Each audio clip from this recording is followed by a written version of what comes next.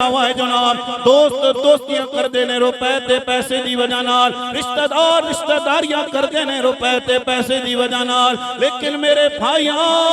रुपया खत्म पैसा खत्म ते दोस्तियां खत्म हो जांदियां ने। मैं बड़े बड़े जिगरी यारां नूं वेखिया जेड़े सुबह शाम जनाबे वाला इकट्ठे रहंदे सन, लेकिन जदों एक दोस्त दा एक्सीडेंट हो गया ना, दूसरा दोस्त हॉस्पिटल दे बेड ते आ गया ते जिगरी यार एक दिन भी मिलण वास्ते आया है बाबा जी, दूसरे दिन भी मिलने वास्ते आया ते जदों जिगरी यार तीसरे दिन मिलने वास्ते नहीं आया ना, हॉस्पिटल दे बेड तो दोस्त ने फोन किया यार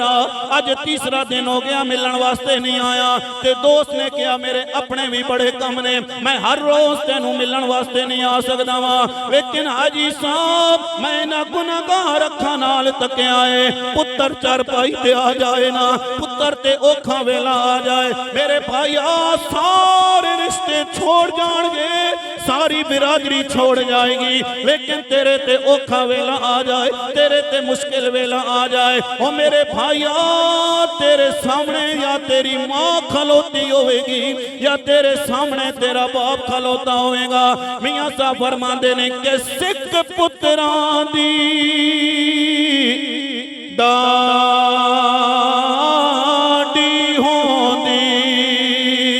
ते कह गए लोग सियाने,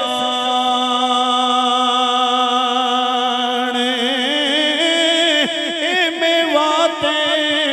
नबियां ने मंगया